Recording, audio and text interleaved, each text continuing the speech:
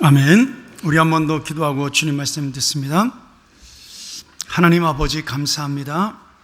우리가 다시 한번 주님의 인도하심을 믿고 이 귀한 말씀 앞에 엎드리게 하시고 또 그 귀한 은혜를 통하여 우리에게 산소망 주실 것을 기대하며 감사를 드립니다.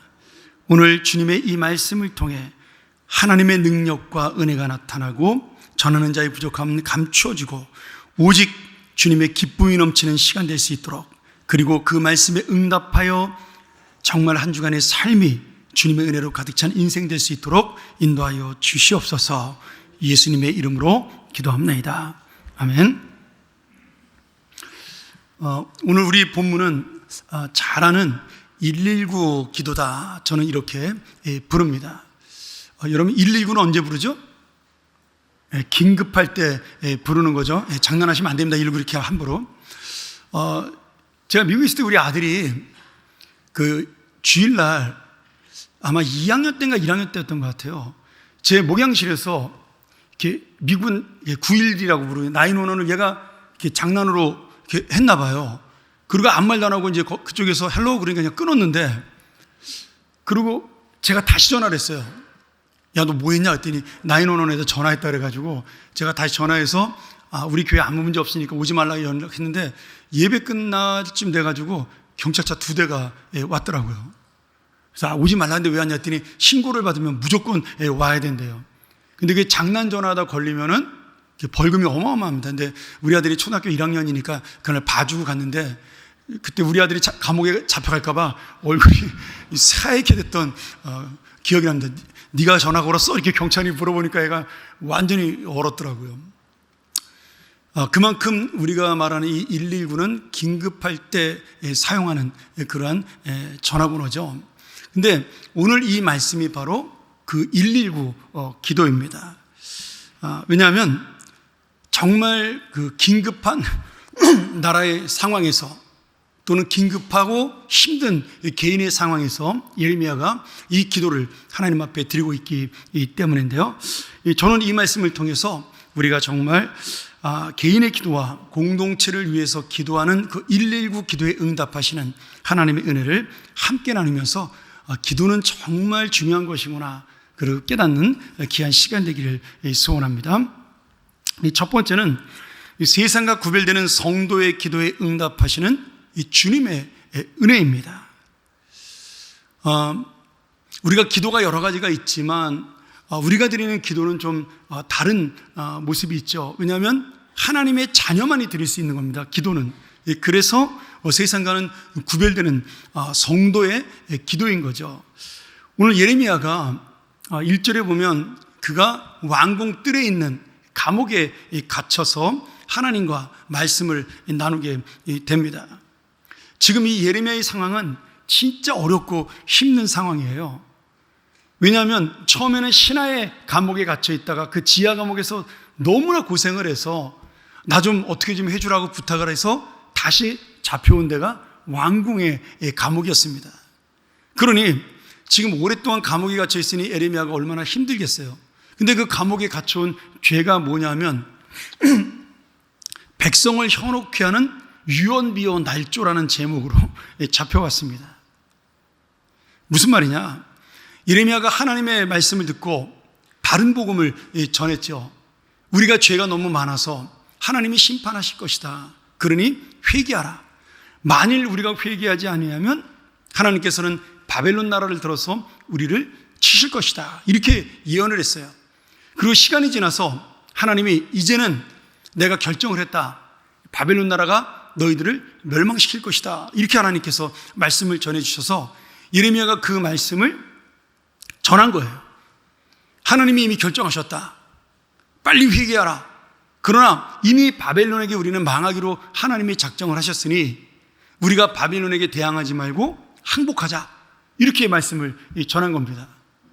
그러니까 이 백성의 마음을 연약하게 만든 유언비어 날조죄가 된 것이죠. 여러분, 예레미야가 이 말씀을 전하고 싶어 전했을까요? 목사도 설교할 때 축복을 얘기하는 것이 가장 편합니다. 여러분 다 잘되고 복받고 그리고 하나님이 여러분 사랑하니까 뭐든지 잘 될 거라고 설교하는 그 설교가 사실은 제일 편합니다. 제가 여러분에게 죄에 대한 설교를 하거나 회개하라거나 아니면 헌신을 요청하는 설교를 하면 부담이 될 때도 저도 있습니다. 왜냐하면 다 그것은 희생을 요구하는 내용이니까 성도들이 들을 때 확실히 그런다는 아멘이 적게 나와요. 제가 복 받으라고 하면 아멘이 크게 나오고요. 죽어라 그러면 적게 나옵니다. 이 사람의 심리가 다 그런 거예요. 그니 예레미야도 사람이니까 그 복음을 전하기가 싫었어요. 그래서 자기 방에서 내가 이제는 하나님 말씀 안전하다 듣지도 않고 이 말씀을 전해서 나만 맨날 고통당하고 그리고 나라 망하라는 설교 더 이상 못하겠다. 그래서 골방에 있었습니다. 근데 하나님이 그 마음에 불같은 심령을 주신 거예요. 이 말씀을 안 전하니까 막 답답해 미치겠는 거예요. 그래서 그가 다시 뛰쳐나가서 거리에서 사람들에게 이 복음을 전하다가 지금 잡혀오게 된 겁니다. 여러분 지금 예레미야가 굉장히 힘든데 육신적으로도 힘들어요. 감옥에 있고 착고에 매여 있으니까. 그런데 더 힘든 건 뭐냐면 내가 이렇게 최선을 다해서 주님의 복음을 전했는데 그 결과가 뭐냐? 사람들이 회개하고 돌이키는 것이 아니라 감옥에 갇히고 무시당하고 조롱당하고 그리고 사람들은 세상은 변하지 않는다라는 거예요. 여러분 이게 예레미야만의 고민이 아니라는 거죠. 우리가 예수를 믿으면서 이 땅을 살아가면서 만나는 무력감의 원인이기도 한 겁니다. 내가 주님의 뜻대로 살려고 애를 쓰는데 눈에 보이는 결과가 나타나지 않으면 실망합니다. 그리고 더 이상 내 힘으로 아무것도 할 수 없다는 그 마음이 들 때 좌절하죠.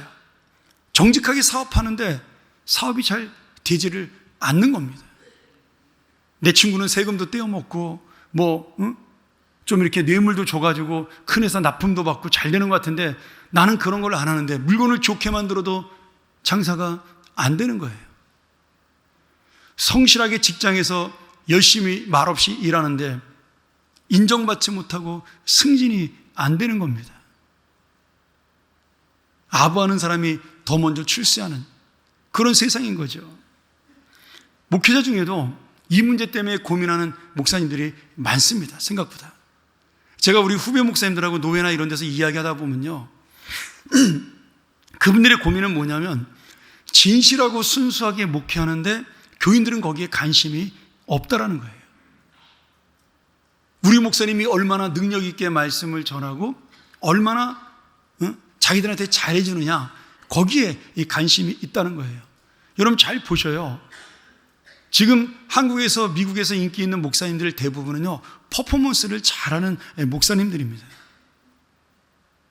그걸 잘해야 인기가 있어요. 저도 잘 못하니까 이런 얘기 하는 겁니다. 죄송합니다. 설교도 독특하게 해야 사람들이 좋아합니다. 특별하게 해야 좋아해요. 근데 저는 뭐 뻔하잖아요. 제 설교 내용도 뻔하고 제목도 뻔하고 저도 그런 고민할 때가 있어요. 근데 조그만 교회를 담당하면서 오랫동안 지치고 힘이 들면 더 그 생각이 간절해집니다. 근데 제가 우리 후배 목사님들한테 그런 이야기 할 때가 있어요. 버텨라.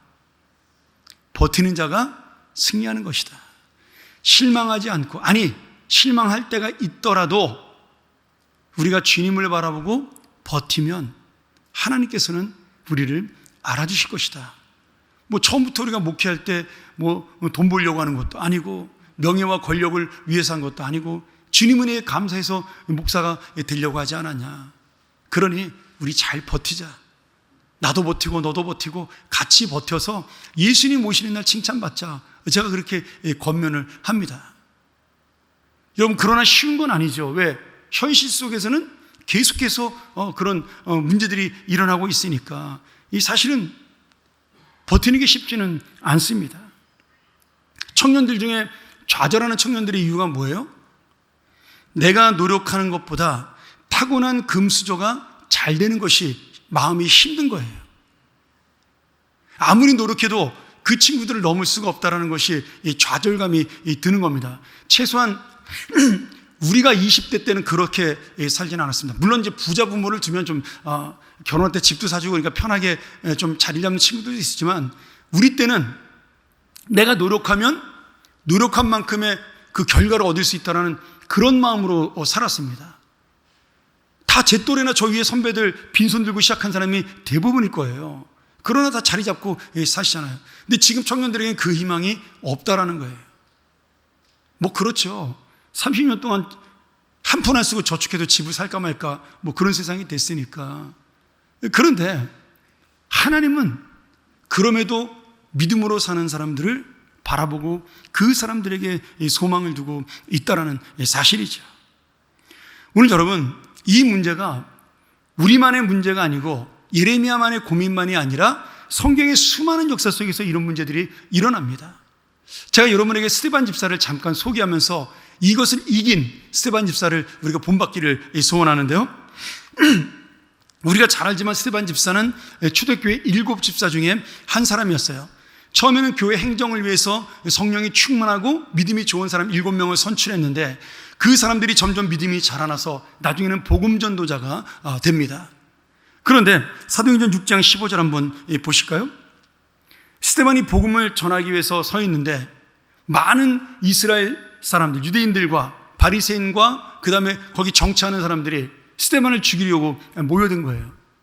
근데 지금 스데반의 얼굴을 바라보니까 이 사람을 돌을 들어 죽이려고 그랬는데 스데반의 얼굴이 천사처럼 빛나는 겁니다.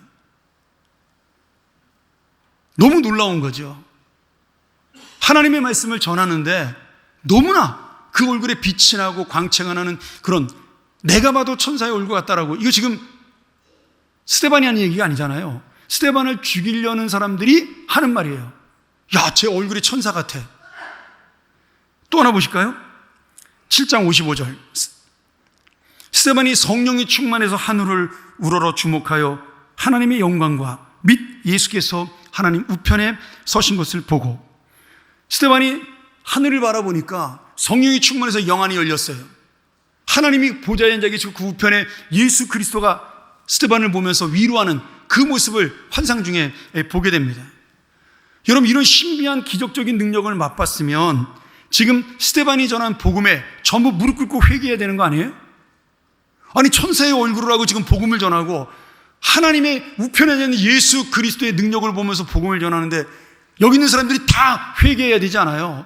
제 얼굴에 광채가 나고, 여러분, 제 몸에 빛이 나면 제 설교가 얼마나 은혜가 되겠어요? 지금 스데반이 그런 거예요. 그런데 거기서 한 사람도 회개한 사람이 없는 거예요. 베드로가 사도행전 4장에 보면, 3장과 4장에 보면 복음을 전할 때마다 3,000명씩 5,000명씩 회개하는 역사가 일어납니다. 우리 한번 4장 4절을 한번 보죠. 자, 말씀을 들은 사람, 베드로의 말씀을 들은 사람 중에 믿는 자가 많으니 남자의 수가 약 5,000이나 되었더라. 이거 남자만 5,000명이면 10,000명 가까이 된다는 얘기지 않겠습니까? 그런데 베드로가 복음을 전할 때는요, 천사의 얼굴처럼 빛나지 않았습니다. 성령은 충만했지만. 그리고 이 설교 자체도, 베드로의 설교는 스데반처럼 유창하거나 그리고 아주 달변이거나 그러지 않았어요. 사도행전 7장에 나온 스데반의 설교는요, 설교의 모델 중에 모델입니다. 아주 스탠다드한 설교예요. 근데 베드로는 진짜 단순하게 복음만 전했어요. 야, 너희들이 죽인 예수, 그분이 바로 하나님의 아들인데 그분이 3일 만에 부활하셔서 우리 구원하셨어. 딱 이 말 한마디에 그냥 5,000명, 3,000명이 다 엎드러진 거예요. 그런데 천사의 얼굴을 하고 정말 복음을 정리해서 잘 전한 스데반은 5,000명이 예수를 믿는 것이 아니라 5,000개 짱돌이 날라왔습니다. 이거 어떻게 된 일이에요? 여러분, 일반적으로 생각하면 이 스데반의 마음에 얼마나 실망이 되고 낙심이 됐겠어요. 아니, 누구는 3,000명씩 전도가 되는데 나는 왜 한 사람도 변화되는 사람이 없는 거야? 낙심할 수밖에 없잖아요. 그런데 너무나 놀라운 건 지금 스데반이 그 천사의 얼굴을 하고 환상을 보면서 돌을 던지는 사람을 본 것이 아니라 지금 하나님 우편에 계신 예수 그리스도를 본 겁니다. 그래서 7장 56절부터 60절까지 이렇게 나와요. 말하되 보라, 하늘이 열리고 인자가 하나님 우편에 서신 것을 보노라, 이렇게 말을 해요. 그리고 59절에 그 사람들이 스데반의 말을 무시하고 돌로 치니 스데반이 부르짖어 이르되 주 예수여 내 영혼을 받으시옵소서 하고 무릎을 크게 꿇고 불러 이르되 주여 이 죄를 그들에게 돌리지 마옵소서, 이 말을 하고 자니라. 여러분 놀랍지 않아요? 스데반이 지금 돌 맞고 죽었는데 잔다고 표현하고 있어요. 왜? 지금 우편에 계신 예수님이 그 영혼을 받으시기 때문에 그런 거죠. 여러분, 스데반은요, 능력이 나타나고 그리고 자신의 응답이 나타나서 역사가 나타남에도 그런데 내가 원하는 소원은 이루어지지 않았어요. 그 말씀을 듣고 많은 사람이 회개하기를 원했지만 그 사람들은 회개하지 않고 오히려 스데반을 돌로 쳐 죽였습니다. 그런데 스데반은 그 현실과 상황에 낙심하지 않고 거기에 매몰되지 않고 누구를 바라봤어요? 영원한 생명을 주시는 예수 그리스도를 바라보면서 자기에게 돌을 던지는 자들을 용서해달라고 그렇게 기도를 한 겁니다. 오늘 여러분, 우리가 기도하는 믿음이라는 것, 기다린다라는 믿음이 무엇일까요? 바로 이 현실과 상황을 넘어 하늘의 영광을 볼 수 있는 믿음을 가진 자, 그것이 바로 기도하는 자의 능력입니다. 할렐루야. 우리 모두 이런 능력 받기를 축원합니다. 제가 오늘 이 말씀을 준비하면서 지금 예레미야가 하나님께 받은 말씀, 부르짖으라, 이 말씀과 스데반이 지금 하나님 앞에 부르짖은 말씀, 스데반이 부르짖어 이르되 주 예수여 내 영혼을 받으시옵소서, 이 얼마나 급해요. 죽는 순간에, 망해가는 순간에 이 기도를 드렸으니 이 기도야말로 119 기도다. 저는 이렇게 본 겁니다. 오늘 여러분, 이 부르짖다라는 말이 히브리어로 카라라는 말이에요. 그래서 이 단어 속에는 어떤 뜻이 있냐면 소리를 크게 질러서 내가 어떤 사람을 부르다, 아니면 내가 소리내어서 어떤 사실을 크게 공포하다, 아니면 어떤 사람에게 내가 소리 질러서 그 사람을 나에게로 초대하고 인도하다, 이런 뜻이 있어요. 그런데 이 소리를 크게 지르는 데 핵심이 있는 것이 아닙니다, 여러분. 지금 소리를 크게 지르려면 그 사람이 어떤 사람인지를 내가 알아야 지르는 거잖아요. 모르는 사람에게 소리 지르면 따라오나요? 왜 나한테 소리 지르냐고 싸우겠죠. 그러니 지금 이 부르짖어 이르되 그 소리 지른다라는 말은 하나님과 나와 하나님 사이에 이 소리를 질러도 될 만큼 서로가 잘 알고 있다라는 거예요. 바꿔 말하면 나를 아시고 나를 이해하시는 하나님, 그래서 내가 그 하나님에게 나의 상황을 소리질러 설명을 하는 겁니다. 이게 기도예요. 기도는 우리만이 가진 특권이에요. 우리만이 가진 감사의 능력입니다. 예수를 믿지 않는 사람은 죽었다 깨어나도 기도를 하지 못합니다. 그 사람들은 그저 그냥 자기의 소원을 말하는 것이 기도가 아니에요. 이 기도는 하나님을 아버지로 알고 나를 이 세상에 그 누구보다 잘 아시는, 자녀로 아시는 하나님과 우리의 만남이 바로 기도의 축복입니다. 그러니 지금 하나님께서 예레미야에게 야, 너의 말에 듣지 않는 그 왕을 보고 실망하지 마. 너를 무시하는 그 신하들을 보고 실망하지 마. 거기다가 더군다나 예레미야를 모함했던 거짓 선지자들이 있어요. 우리나라 잘 됩니다. 망하지 않습니다. 저 지금 예레미야가 거짓말하는 겁니다. 이렇게 말하면서 왕 앞에서 아부하고 그리고 그 권력을 가지고 나눠 먹는 거짓 선지자들, 그 사람들을 보면서 나는 바른 복음을 전하는데 왜 이렇게 힘들고 어려운데 그 사람들은 거짓말을 전하는데 저렇게 잘 먹고 잘 사냐? 그거 바라보지 마라. 그거 실망하지 마. 왜? 내가 너를 알고 있고 내가 너를 사랑하고 내가 너와 함께 있으니까 이 세상의 현실과 상황을 보지 말고 나를 바라보고 기도해라. 내가 너를 아노라. 이 부르짖으라는 하나님의 음성 속에는 바로 이 은혜가 담겨져 있는 겁니다. 사랑하는 여러분, 누가 우리를 아셔요? 누가 우리를 이해합니까? 우리 주 하나님밖에는, 우리 주 예수 그리스도밖에는 우리를 진정으로 이해하고 우리의 아픔을 같이 하실 분이 없다라는 거예요.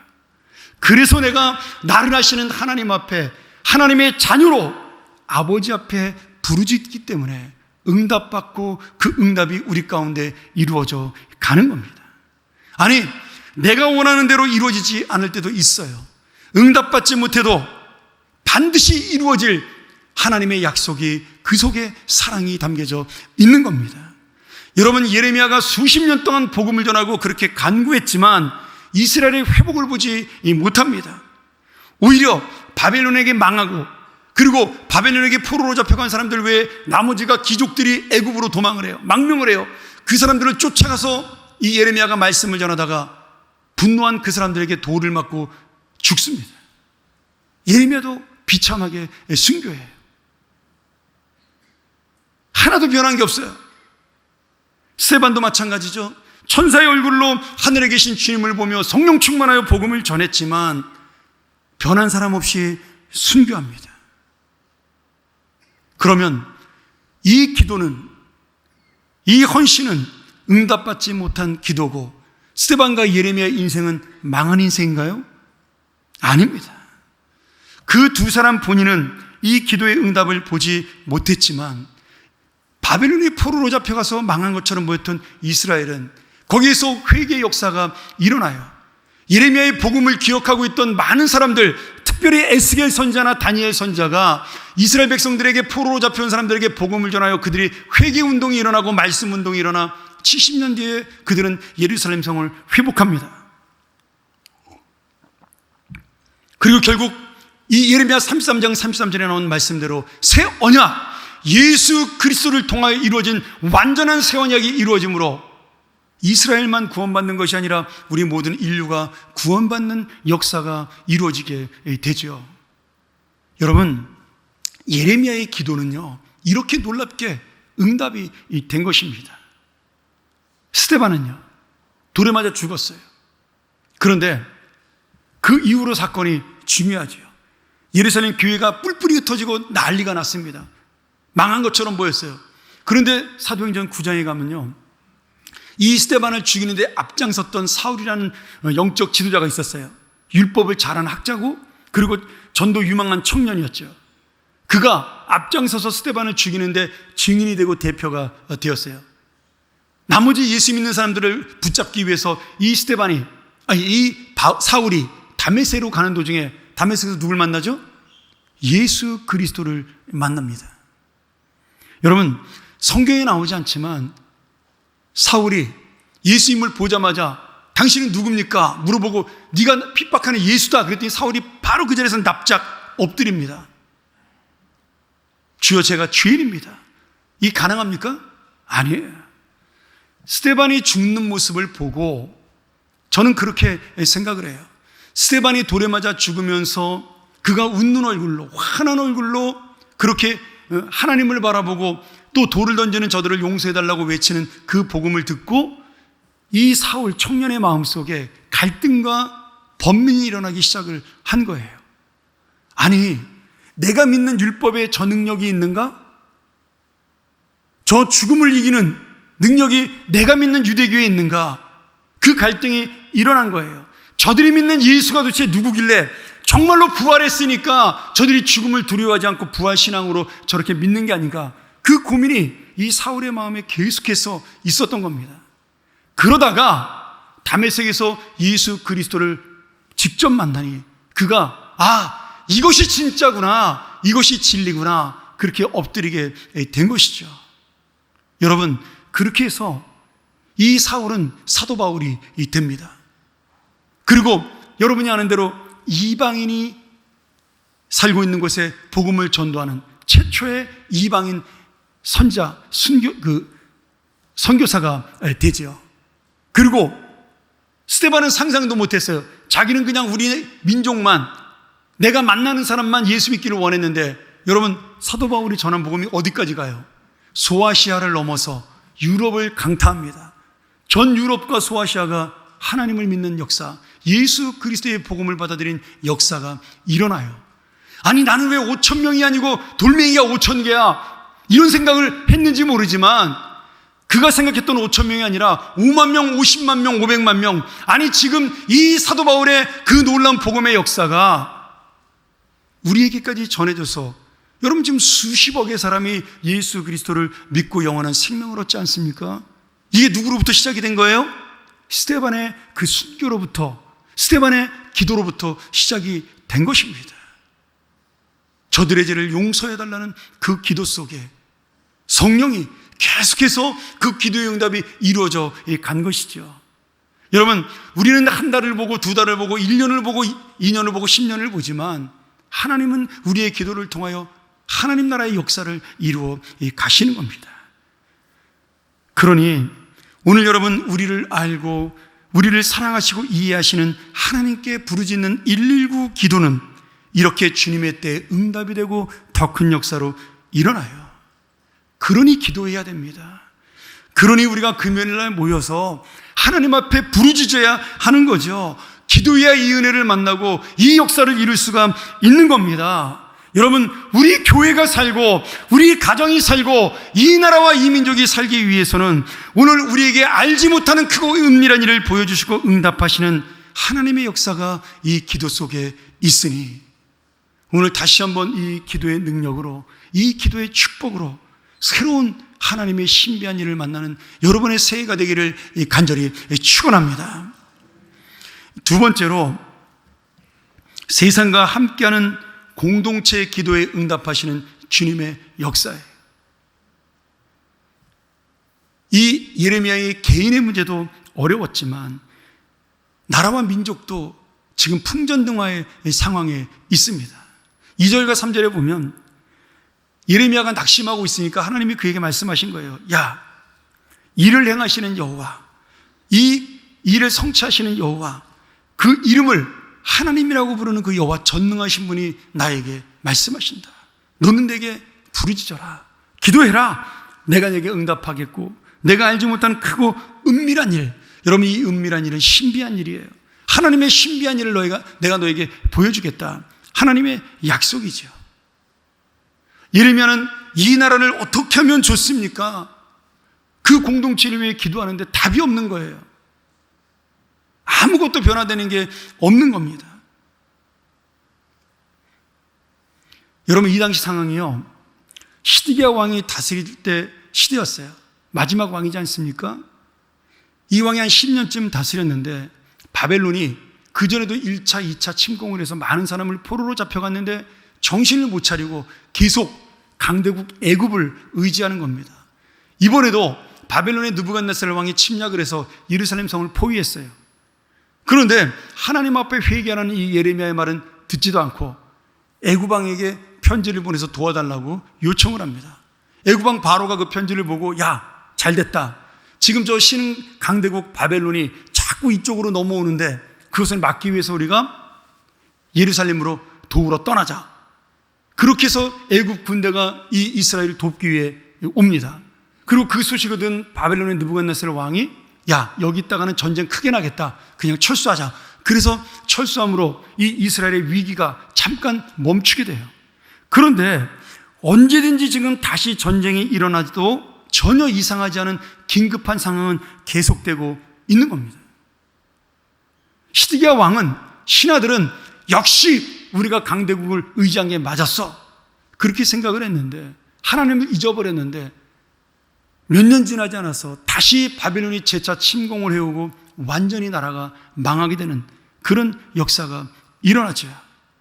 예레미야는 이런 답답한 상황을 보면서 하나님 말씀을 통해 정말 너무나 눈앞에 보이는 그 현실이 아팠던 거예요.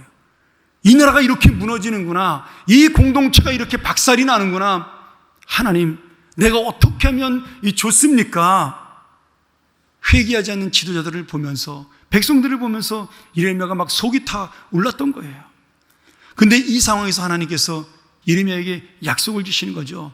야, 일을 행하시고 이루시는 하나님께 기도해라, 부르짖어라. 여러분, 이 일을 행하시는 하나님의 의미가요, 약간 번역이 미진해요. 부족해요. 원래 정확한 뜻은 뭐냐면 이 땅을, 이 세상을 창조하신 하나님이란 뜻이에요. 그러니 이 속에는 어떤 의미가 담겨 있어요? 하나님이 세상을 창조하셨고 하나님이 이 세상을 통치하시고 그 세상의 역사 속에 하나님이 운행하신다라는 그 말씀이 이 속에 담겨져 있는 겁니다. 지금 너희들이 두려워할 것은 바벨론이 아니야. 너희들이 의지할 것은 애굽이 아니야. 이 세상을 만들고 이 강대국들을 세우는 나 하나님을 의지해서 부르짖으면 내가 너희의 기도에 응답해서 이 모든 강대국들이 무너지는 역사를 내가 만나게 할 것이다. 하나님이 이 약속을 주신 것이죠. 그러니 너희는 주님에게 기도하고 주님만 의지해라. 예레미야가 이 말씀을 듣고 힘을 얻게 되는 겁니다. 여러분, 너무나 안타깝게 이미 북이스라엘은 150년 전에 망했어요. 나라가. 그리고 이제 남유다와 예루살렘만 간신히 남았는데 이제 곧 무너질 위기 속에도 이 왕이었던 시드기야와 백성들, 지도자들은 망하지 않는다고 스스로 자기 체면을 걸고 자기 위로를 하면서 흥청망청 살고 있었던 겁니다. 정치 지도자들은 백성을 돌보지 않고 사리사욕을 채우고 자신들의 권력을 유지하는 데만 급급했어요. 재판장은 돈을 받고 불이하게 재판을 하고 제사는 엉터리 제물로 예물을 드려서 제사를 지내고 하나님을 믿는 것처럼 하지만 하나님 말씀에 순종하는 모습이 하나도 없었어요. 백성들은 그 모습을 보고 따라갑니다. 자신의 개인적인 이기심에 사로잡혀서 이 공동체보다는 내가 잘 되는 게 중요하다고 생각을 해서 이 나라가 잘 되는 것에 움직이지 않는 거예요. 동조하지 않는 거예요. 따라가지 않는 거예요. 그냥 내 욕심만 채우는 인생으로 살아가는 겁니다. 나라의 국력이 약해져 사방 강대국들이 아수르가 바벨론이 애굽이 그들을 계속해서 노리고 있는데 여전히 하나님을 의지하지 않고 그 강대국들 틈바구니에서 줄다리기를 하면서 이들이 우리의 살 길이라고 소망이라고 착각하며 살고 있었던 겁니다. 종교 지도자들, 제사장들은, 선지자들은 거짓 예언으로 나라가 망하니 회개하라고 외치는 참된 선지자를 핍박하고 저의 말이 거짓말이니 믿지 말라고 백성들을 호도하면서 백성들에게 달콤한 말로 하나님이 지키는 나라니 우리나라는 안전할 것이다. 자신들은 복음대로 살지 못하면서 하나님은 이 나라와 함께 할 것이라고 거짓된 복음으로 백성들을 미혹을 한 것입니다. 예레미야 개인은 감옥이라는 절망에 갇혀있고 이 남유다라는 나라는 패망이라는 위기의 상황 속에 있는데도 그들은 변하지 않고 예레미야는 낙심한 거죠. 그래도 주님께서는 나에게 부르짖는 자, 나를 의지하는 자 아직은 새로운 소망과 회복이 있다라고 말씀하고 계신 거예요. 그리고 너희들이 깨닫지 못하고 알지 못했던 크고 신비한 역사가 너희들에게 있을 것이다. 사랑하는 여러분, 이거 어느 나라 얘기일까요? 이거 지금 이스라엘 나라의 이야기인가요? 아닙니다. 우리나라 이야기잖아요. 똑같잖아요. 여러분, 그 이스라엘의 예배와 교회와 성전이 어느 교회의 얘기예요? 지금 이 한국교회를 향해 주시는 하나님의 말씀입니다. 이 나라가 얼마나 지금 어려운 위기에 있습니까? 지난주 신문에 미국의 그 군사 전문가가, 제 이름은 기억이 안 나는데 뭐 당장도 지금도 찾아보면 나옵니다. 세계에서 전쟁이 날 가장 위험이 큰 나라가 그 가장 위험한 화약고가 한반도라고 진단을 내렸어요. 한두 사람이 아니에요. 그 진단을 내린 전문가들이. 여러분, 지금 전쟁하고 있는 러시아와 우크라이나보다 전쟁하고 있는 팔레스타인 땅보다 우리가 더 위험하다고 이야기를 해요. 왜? 그쪽은 전쟁이 나도 국지전으로 끝납니다. 무기 다 떨어지면 끝나요. 우리는요, 핵무기가 떨어지잖아요. 북한이 무슨 놈의 무기가 있어요? 지금 우리나라 국방비 10분의 1도 못 쓰는 가난한 나라에서, 기름이 없어가지고 전기불도 제대로 못 켜는 나라에서 뭔 놈의 무기로 전쟁을 하겠어요? 딱 믿는 거 핵무기 하나니까 전쟁 나면 무조건 쏜다는 거죠. 그럼 여러분, 이기면 뭐합니까? 같이 다 망하는 거죠. 지금 북한이 갖고 있는 핵무기의 가장 작은 게 옛날 히로시마에 떨어진 거 10배랍니다. 10배. 제일 작은 핵무기가. 미국에서 50개 정도 갖고 있다고 예상을 하고 있더라고요. 50개. 여러분, 50발 중에 10발만 이 남쪽에 떨어지면요, 전국이 초토화됩니다. 근데 우리는 아무도 전쟁 날 거라고 생각하지 않잖아요. 어리석은 전쟁을 유도하는 사람도 있어요. 이 기회에 밀고 들어가가지고 북한을 점령하자고. 제가 지난주에 윤상혁 선교사님, 북한에 15년 동안 사신 분이 와서 말씀 전하지 않았습니까? 그분이 그날 시간이 없어 북한에 대한 자세한 이야기 안 하셨는데 그 얘기를 하더라고요. 우리나라 사람들이 무지하게 어리석은 부분이 있다. 지금 전쟁에서 우리가 이기면은 북한을 우리가 통일해서 북진 통일하면 우리나라가 될 거라고 착각을 하는데 절대 아니라는 거예요. 여러분, 북한은요, 유엔에 들어가 있는 독립된 나라예요. 우리만 인정을 안 하는 거지.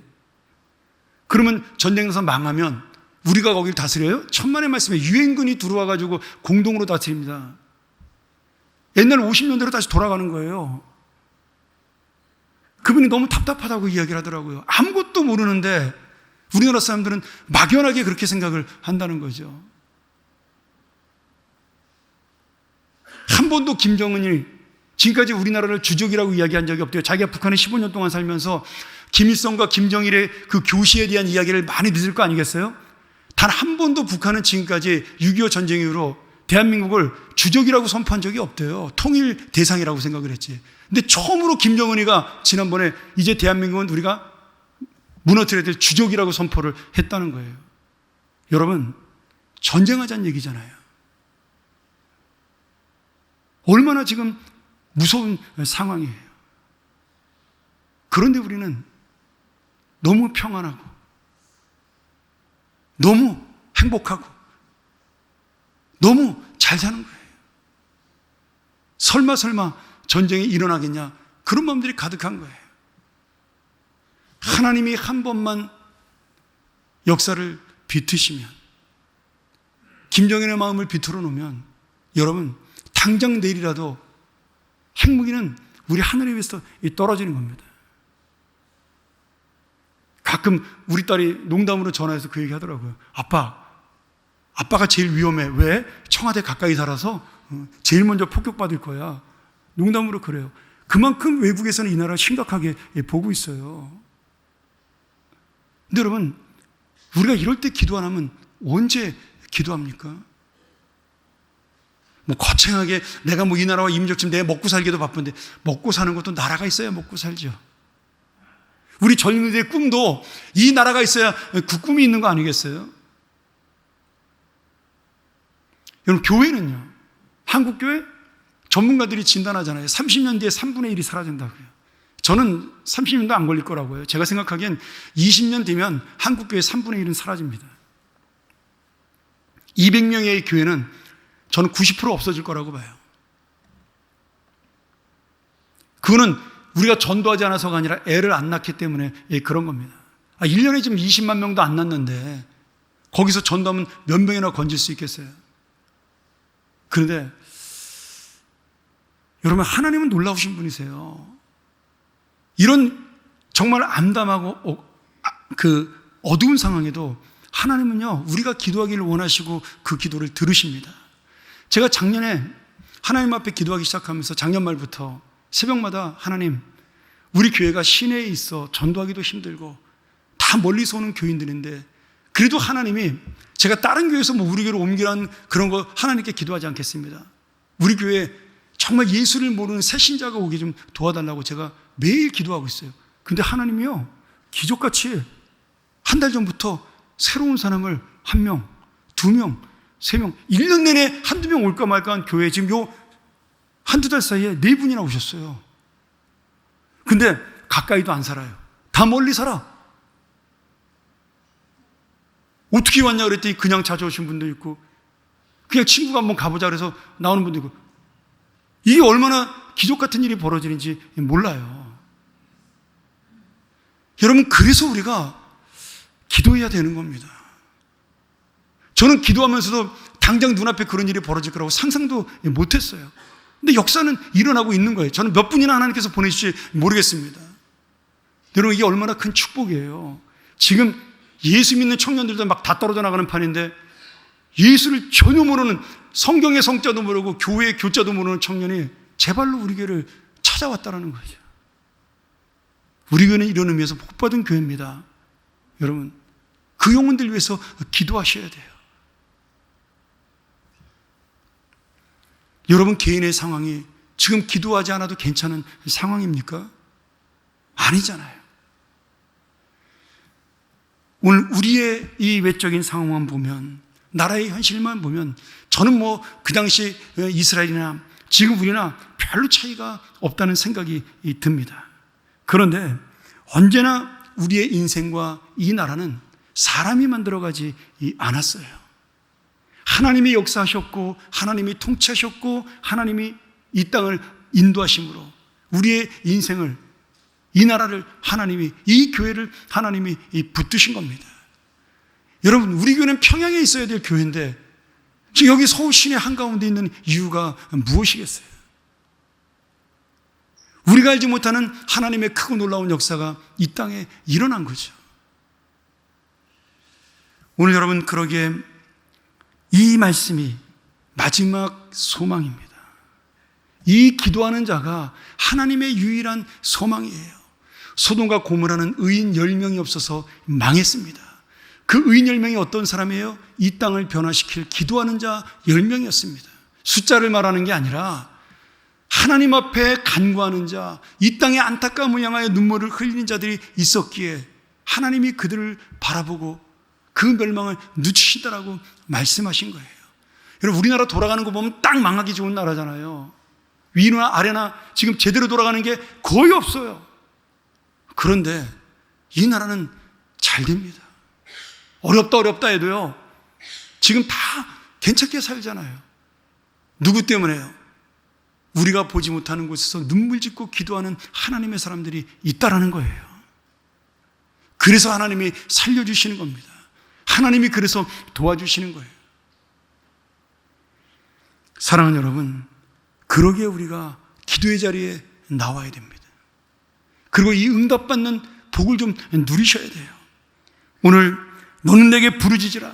내가 내게 응답하겠고 내가 알지 못하는 크고 은밀한 일을 내게 보이리라.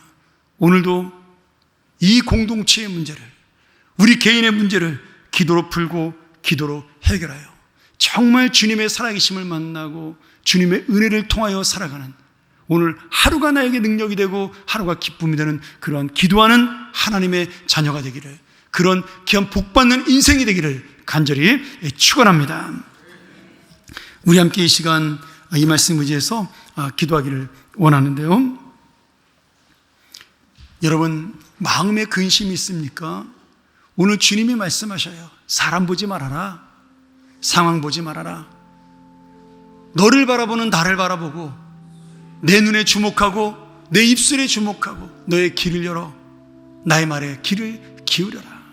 주님은 말씀하십니다.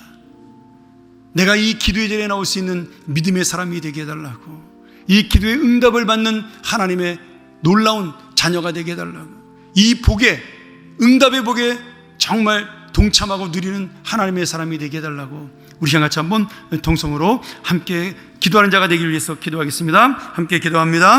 하나님 아버지, 오늘 이 나라와 이 민족을 그 폐허 가운데 세워주시고 이 땅에 하나님의 교회들을 세워주시고 우리의 경제를 일으켜 세계 강대국의 반열에 오르게 하신 하나님의 은혜, 하나님의 통치하심, 아버지 하나님, 이것이 우리의 살 길이요 주님의 은혜를 붙드는 길이 소망임을 깨닫게 하여 주시옵소서. 하나님을 인정하고 하나님의 엎드리는 자, 그 의인의 기도로 이 땅이 살고 이 교회가 살고 우리 개인의 삶이 다시 회복되는 역사를 만나게 도와 주시옵소서. 아버지 하나님, 아버지 하나님, 이 기도의 은혜와 능력이 올 한 해 우리 교회에 넘쳐나게 도와 주시옵소서. 하나님 아버지, 오늘 다시 한번 이 말씀 기억하여 우리가 몰라서가 아니라 게으르고 나태하여 내 마음이 연약하여 기도의 자리에 나오지 못함을 용서하시고, 오늘 내가 있는 자리에서 기도하고 예배의 자리에 나와 기도하고 금요기도의 자리에 나와 기도하고 새벽의 자리에 나와 이 기도를 통하여 내가 살아있는 의인 10명 안에 들어갈 수 있도록 인도하여 주시옵소서. 그리하여 하나님이 주시는 응답의 복을, 그 놀라운 열매를 누리는 하나님의 자녀가 되게 하여 주옵소서. 예수님의 이름으로 축복하며 기도합나이다. 아멘.